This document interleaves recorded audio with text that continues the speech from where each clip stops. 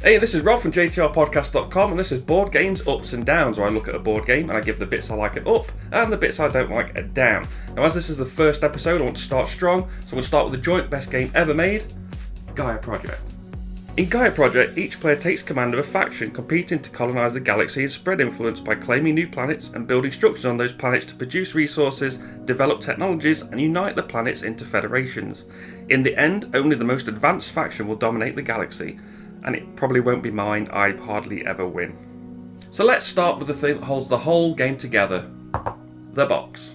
I didn't like the art at first glance, but now I know the game, I can clearly see it's someone using a Gaia former to terraform a Transdim planet into a Gaia planet. It's so obvious now. Well, maybe not, but anyway, I like it. Plus, look at the mini Terra Mystica on screen. Adorable. Up. The size of the box itself?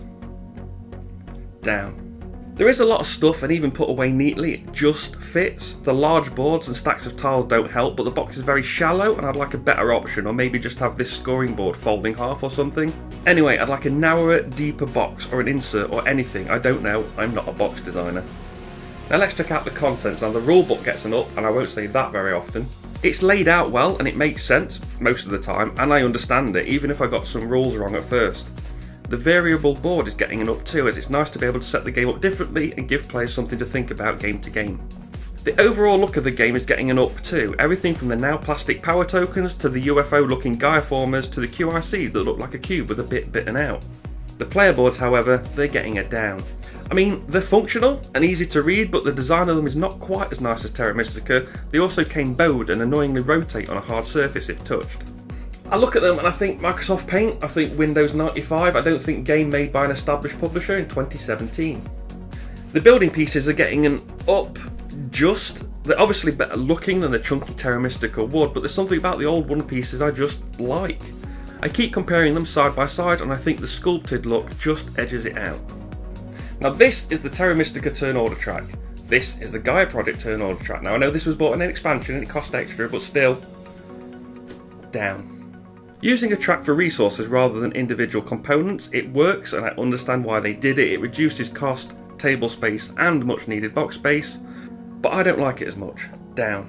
Now I'm not going to go into the individual aspects of gameplay because the game is obviously based on Terra Mystica, and as we all know, this is the joint greatest game of all time, so I'm just going to give it one big up for gameplay. The races are mostly their own thing, designed for Gaia Project, not just rehashed mermaids or whatever from Terra Mystica. They're also very creative, changing the player boards and gameplay in ways the original game didn't. So let's look at each of them now. Time for some quick fire hits. The Lantid's ability to build on an occupied space gives the blue team an up. While the Gleans do have their own Federation token, they're not that interesting, a down for the yellows. The Taclons have the Brainstone, which is cool, brown gets an up. Both the red factions have an interesting spin on resources and federations, nice, up. Both the orange factions are a bit dull, yawn, down.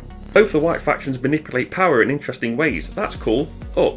The Ferex have an interesting building downgrade ability, and the Best Gods have got a unique player board, up for the grey team. Okay, well some are similar, but they're different enough and not just copies of their Terra Mystica counterparts. The extra rules to re-add power to the power balls is great, as well as the Gaia phase, which gives the power balls more purpose, up.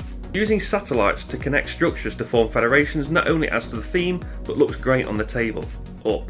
Replacing the cult track with a technology track, up. Huge up. The cult track was my least favourite part of Terra Mystica, so evolving it to have these technology tracks upgrade your abilities is fantastic.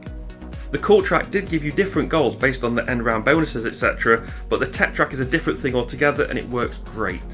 So that's 14 ups and 6 downs for a score of +8. What are your ups and downs? What did I miss? Let me know in the comments below. Remember to like, share and subscribe. Follow me on Twitter at JTR Podcast. Support the channel at patreon.com/JTR Podcast. And find the blog and the podcast itself at jtrpodcast.com. I've been Rob, aka Jesta ThaRogue, and I'll see you soon.